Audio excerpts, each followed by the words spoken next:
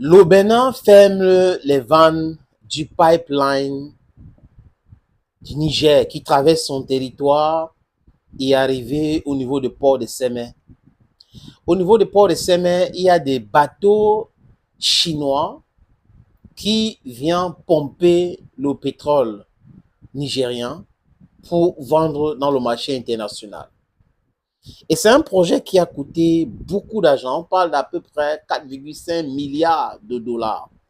Et si on essaye de convertir cet argent en francs CFA, ça va donner quelque chose de à peu près 2000 milliards, 2734 ou 45 milliards de francs CFA.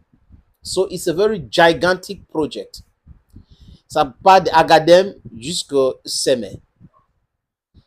Avant les événements qui ont poussé le peuple du Niger de enlever Bazoum au pouvoir, ces projets existaient déjà. Et on avait déjà commencé ces projets. Donc, quand on enlève Bazoum au pouvoir, Patrice Talon, qui est plus européen que béninois, les amis, j'arrange un peu ce chapeau, j'espère, c'est béret, qui est plus béninois, qui est plus français que béninois, a voulu montrer aux Américains et aux Français que c'est lui, on a un port, le Niger utilise notre port, on va les sanctionner, on va les mettre en difficulté, c'est facile. Mais il n'avait pas intégré qu'il y avait toujours ce projet. Et comme il ne pouvait pas arrêter ce projet, parce que c'était l'engagement de l'État du Bénin et l'État du Niger, ça n'a rien à voir avec des individus, ça devait continuer son petit bonhomme de chemin. Ce projet est arrivé au terme. Et aujourd'hui, les Américains et les Français se rendent compte qu'ils ne contrôlent rien sur ce projet. Le pétrole est contrôlé par le Niger. Et le Fonds monétaire international, qui est un institut créé de toutes pièces par l'oligarchie occidentale pour maintenir les autres dans la souffrance, les amis, a dit clairement dans ses différents chiffres que le Niger sera très prospère en 2024 et en montant avec le pétrole. Et là, qu'est-ce que Patrice Talon et ses amis ont vu? Comment on peut faire ces trucs-là? Comment on peut faire pour déstabiliser le Niger? Parce que si le Niger progresse économiquement, ça va nous poser un énorme problème. Les gens vont se poser des questions. Nous étions avec le Niger depuis longtemps. Pourquoi le Niger n'a pas pu prospérer? Et quand on part, le Niger commence à prospérer, ça veut dire que c'est nous le véritable problème. Mais tout le monde le sait, les amis. Tout le monde sait que le problème du développement africain est occidental. Le véritable problème, parce que l'Occident ne veut pas qu'on se développe. Nous sommes leur champ, leur base arrière. Donc, ils viennent puiser, ils puisent, ils partent développer les industries avec. Parfois, on a des choses, ils vont venir nous dire que non, on n'a pas. Il y a le blé ne peut pas pousser ici. La tomate ne peut pas pousser là-bas parce que il prétend être cela, la grenier du monde. On va faire l'aide alimentaire à l'Afrique, l'aide alimentaire à l'Afrique. Comment comprendre que les gens qui utilisent des produits chimiques pour produire ces aliments-là sont ceux-là qui prétendent nous nourrir alors que nous avons les terres fertiles. 60% de notre terre est fertile. Et là, les forêts partout. Les terres cultivables partout, les amis.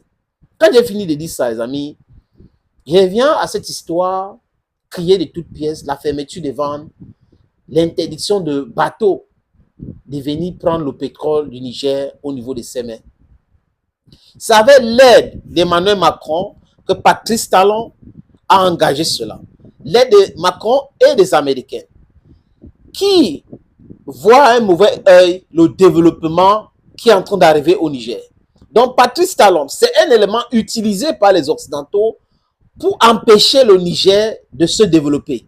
Et il fait ça correctement. Maintenant, quand il met la pression pour la réouverture des frontières, il parle du Nigeria, que pourquoi le Niger a ouvert ses frontières avec le Nigeria et pas avec le Bénin. Non, le Nigeria n'a jamais voulu attaquer le Bénin. Et Tinubu a fait son meilleur coup pas, clairement. Et le peuple du Nigeria était vraiment hostile. Mais nulle n'était l'intervention de certains pays comme la Russie, comme le Burkina Faso et le Mali. Le Bénin voulait qu'on traverse son territoire pour aller attaquer le Niger. Mais ils se sont rendus compte que si cela se produit, Comme le Bénin, c'est un petit pays, ça sera facile pour les autres pays là d'attaquer brutalement le Bénin. Et là, il a fléchi, il organise une conférence de presse, il y a le temps de crise, il y a le temps de ceci, il y a le temps de dialogue, il y a le temps de ceci. Mais de façon formelle, Patrice Talon n'a pas promis de ne pas attaquer le Niger. Patrice Talon est toujours dans cette perspective. C'est pour cette raison qu'il a accepté d'accueillir des bases militaires secrètes françaises. Au Bénin, là où je vous parle, les amis, il y a des bases militaires secrètes françaises. On ne communique pas là-dessus, même américaines. Et le but de ces criminels qui se trouvent au Bénin, hein, sur l'invitation de Patrice Talon qui cherche à avoir un troisième mandat, c'est fait quoi? C'est de déstabiliser le Niger. Voilà tout. C'est de déstabiliser le Niger. Et Patrice Talon le sait. Et il sait que nous le savons aujourd'hui. Mais quand il dit non, non, vraiment, on n'a pas intérêt à attaquer le Niger, c'est faux et archi faux. C'est faux, c'est le langage politiquement correct devant les médias. Mais ce qui se prépare derrière, les amis, c'est d'utiliser le Bénin pour déstabiliser le Niger. C'est de ça qu'il est question. Donc, vous voyez les gens qui arrivent au pouvoir par infraction, juste parce que quelque chose se passe, ils ont eu de l'argent qu'ils ne peuvent pas expliquer et qui pensent qu'ils sont plus intelligents que tout le monde. Ils savent négocier, ils savent, ils peuvent. Comme a dit Kémy Seba dans sa sortie, les diplomates qui sont autour de Patrice Talon, c'est des courtisans. Et quand vous avez des courtisans, ils refusent d'utiliser leur cerveau. Voilà, c'est toute la différence. Quelqu'un qui n'arrive pas à vous dire ce que vous ne voulez pas entendre, c'est un courtisan. Et c'est quelqu'un qui veut entendre uniquement ce qu'il veut entendre, c'est un incompétent. Patrice Talon est comme ça. Il ne veut pas être contrarié. Quand il a pensé quelque chose avec Emmanuel Macron et les Américains, tout le monde doit suivre comme ils ont pensé. Voilà la démarche de Patrice Talon. Mais monsieur Talon, comme je le dis souvent, c'est un message personnel. Le Bénin ne vous appartient pas. Avant vous, il y avait le Bénin. Après vous, il y aura toujours le Bénin. L'argent que vous avez aujourd'hui, c'est grâce au peuple du Bénin. C'est grâce à ce pays-là. Et vous ne pouvez pas clairement justifier comment vous avez fait pour devenir autant riche.